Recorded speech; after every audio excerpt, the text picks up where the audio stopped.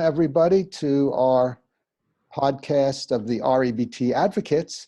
And it's me, Dr. Michael Edelstein, a clinical psychologist. My website is 3minutetherapy.com. 3 is spelled out. And I'm fortunate enough to have Tommy Bateman joining me, a licensed counselor. And his website is therationalcounselor.com. So visit our websites and learn more about what we've been talking about. All right, so Michael, thank you for the introduction. What we're talking about today, a listener request to talk about REBT and how we use it with OCD, Obsessive-Compulsive Disorder.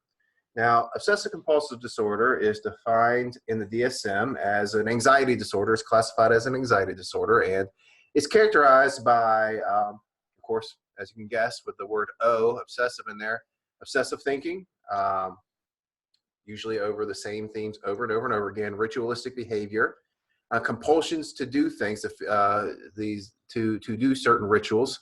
And if they don't do those rituals or have those thoughts or some combination of the two, they experience a great deal of anxiety. Now, I've given the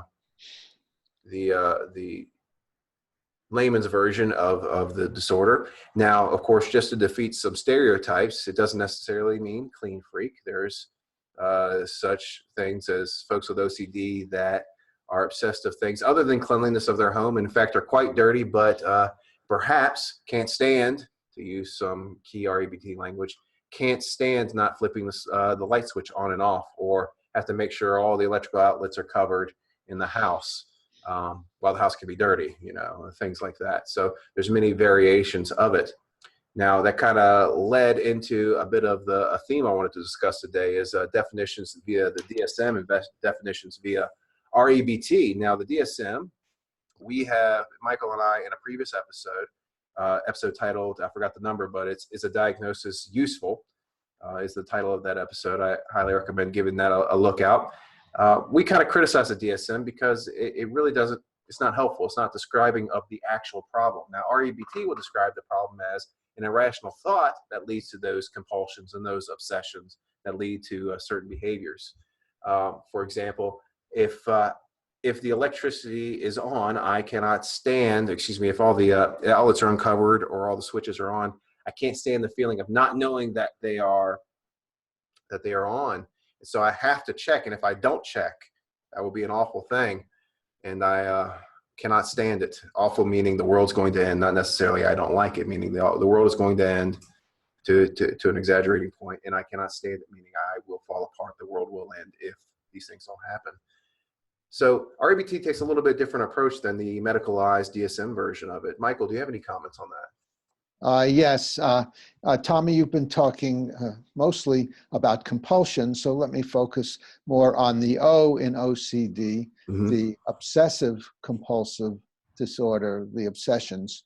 And also, I just want to mention, for those of you who don't know, Tommy was referring to the DSM, that's Diagnostic Statistical Manual, and that's where psychiatrists and sometimes psychologists get diagnoses for different disorders, and their diagnoses are very different from what we use in REBT, which we discussed in that episode Tommy referenced.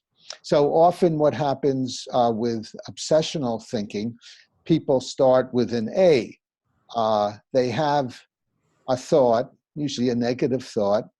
What if I touched something that had a virus on it, and then I touch my mouth, and then I get this virus? That would be bad. So that's a negative thought. You don't want to think about getting viruses. It also is practical to try to avoid it. But then when you have an obsession about this, then you start thinking, I must not have this thought because it doesn't do me any good and it's annoying. And then because of the must, that leads to C, obsessional thinking. Then you start obsessing on the thought rather than moving on, because must never help, musts don't work, and they're illogical, unempirical, and unpragmatic. So that leads to, see, the obsessional thinking. Then often with obsessions, people develop a secondary disturbance, and this is something that many therapists miss. They start realizing that they're thinking about this over and over again and it doesn't help. And then they have another must. I absolutely must stop obsessing about this. I must stop obsessing. It's a silly thought. I can't stand having this thought going around and around in my brain, and that just tends to magnify the obsessing rather than make it worse. So in REBT, we help people question, challenge, and contradict the must, and show themselves that the must doesn't make sense. It comes from a reasonable preference. I prefer not to have the thought, but the more they pressure themselves not to think this way, the more they don't just allow the thoughts to come in and out, the worse it gets. So the must doesn't make sense. And the paradox is, the more they allow themselves to have these annoying thoughts, rather than trying to squelch them, the easier it is for the thoughts to just come in and go out. Now, Michael, we were talking about this earlier, where, you know, it's so natural for us to initially think, let's attack the irrational obsession to begin with, such as not catching that cold or not catching that virus or turning off all the light switches. Maybe we should attack, hey, that's not the end of the world that you catch a cold, or it's not the end of the world that you catch a virus, or the electricity bill is a little higher. Maybe we could talk about that irrational thought, but what you were talking about is attacking the disturbance about the obsessive thought to begin with. And you find that to be more efficient, more helpful? Yes, most people that I've worked with that have had these obsessive thoughts, or even the compulsive behaviors, have this secondary disturbance that I mentioned. I must not have this thought. I found that one effective way to counteract this, in addition to writing out the 3-minute exercises, the A, B, C, D, E, F, which we've been discussing, is to do what's called negative practice. And negative practice involves doing just the opposite of what you would like your brain to do. So instead of trying to get over the thought, instead of distracting yourself from the thought, you take 10 or 15 minutes out every day to do the negative practice, which consists of purposely focusing on this thought over and over again. I must not get germs. I must not get a virus. I must not get sick. I must not die. And imagining getting sick and getting the virus rather than running away from those thoughts. What happens is, if you do that on a regular basis, and even fairly soon, for 10 or 15 minutes, then your brain gets tired of having that thought, and it tends to diminish during the day when you normally would have it. Now, that's not so strange, because our brains tend to thrive on novelty and excitement and get bored with repetition. So for example, if you were to have your favorite meal 3 times a day, every day, you would soon get sick of it. Or if you were to watch your favorite movie every day, you would soon get tired of it. So our brain tends to get tired of these thoughts if you vigorously and diligently practice having the thought on a regular basis. Now, you might be afraid, well, if I start practicing it, it's going to get worse, but that's not what happens. That was going to be my follow-up question. Like, when do you stop doing that 50-minute exercise? When is the obsession done? Well, great question. And the answer is, what clients normally find is the obsession tends to get weaker and weaker, and then they cut down from 15 minutes a day to 10 minutes a day, then to 8 minutes a day. And if it goes away, they have a choice. They can either stop doing the negative practice entirely, and if the thought comes back, they can start it up again, or they can continue to do the negative practice maybe once a week or twice a week, just to keep it at bay.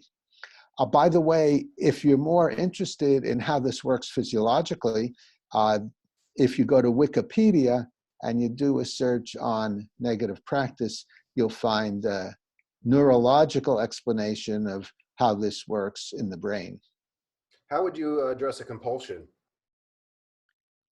Well, the same with a compulsion, you could do the same thing. Let's suppose one compulsion, popular compulsion people have is they leave their house and then they think, what if I left the burner on?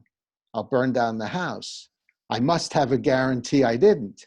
So they go back and they check and they see they didn't leave the burner on. Then they leave and they again say, well, maybe I made a mistake. Maybe I didn't look at the right burner.